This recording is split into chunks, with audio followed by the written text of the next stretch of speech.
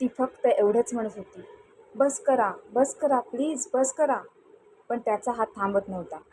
दरवाजा बंद आणि तिचा आवाज कुणालाच ऐकू येत नव्हता. पण त्या दिवशी तिने एक डिसिजन घेतला आणि सगळं बदललं.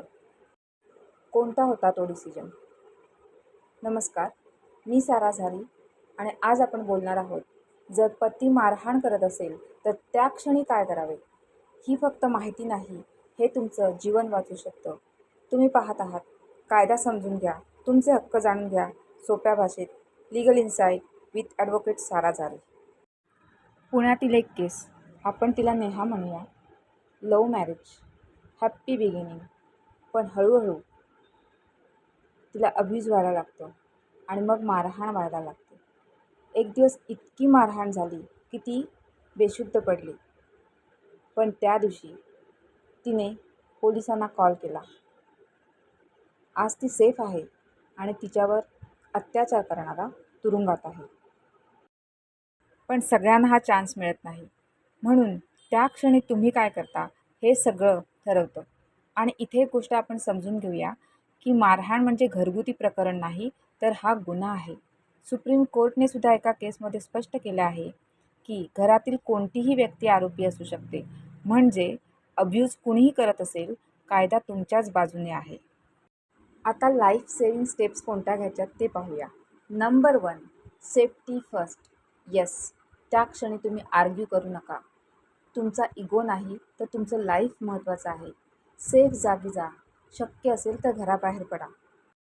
नंबर 2, पोलिसांना कॉल करा किंवा 1091 या वुमेन हेल्पलाईनला कॉल करा.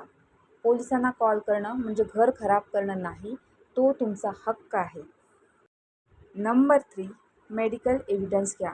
जवळच्या सरकारी हॉस्पिटलमध्ये जा. MLC करा, कारण कोर्टामध्ये प्रूफ लागतो. MLC म्हणजे मेडिकल लीगल कंप्लेंट करा. नंबर 4, एव्हिडन्स सेव्ह करा. तुमच्या जखमांचे फोटो घ्या. तुमचे जर कोणाशी चॅट्स झाले असतील तर ते चॅट्सचे स्क्रीनशॉट मारून ठेवा. तुम्ही जर कोणाशी त्या घटनेबद्दल बोलला असाल तर त्याचा रेकॉर्डिंग करा. डिलीट करू नका, कारण हेच तुमचं वेपन आहे. नंबर 5, एक्झिट प्लॅन तयार ठेवा. म्हणजेच थोडे पैसे, तुमचे महत्त्वाचे डॉक्युमेंट्स जसे की तुमच्या डिग्र्या, तुमचा पासपोर्ट असेल तर पासपोर्ट, आधार कार्ड किंवा तुम्हाला एखादी विश्वासू व्यक्ती असेल तर तिच्याकडे हे सगळं देऊन ठेवा. तुमचा एक बॅकअप प्लॅन तयार असावा नेहमी. आणखी एका महत्त्वाच्या जजमेंटमध्ये कोर्ट म्हणतं की अत्याचार जरी जुना असला तरी तुम्ही कंप्लेंट करू शकता. म्हणजे आता मला उशीर झाला आहे हा बहाणा चालणार नाही. लक्षात ठेवा, कोणतीच मारहाण कधीच नॉर्मल नसते आणि प्रेम कधीही दुखावत नाही. हा व्हिडिओ जर आवडला असेल तर शेअर करा. कदाचित तुमच्या एका शेअरमुळे एखादीचं आयुष्य वाचेल. कमेंटमध्ये स्ट्रॉंग असं लिहा जर तुम्ही स्वतःसाठी उभं राहणार असाल तर.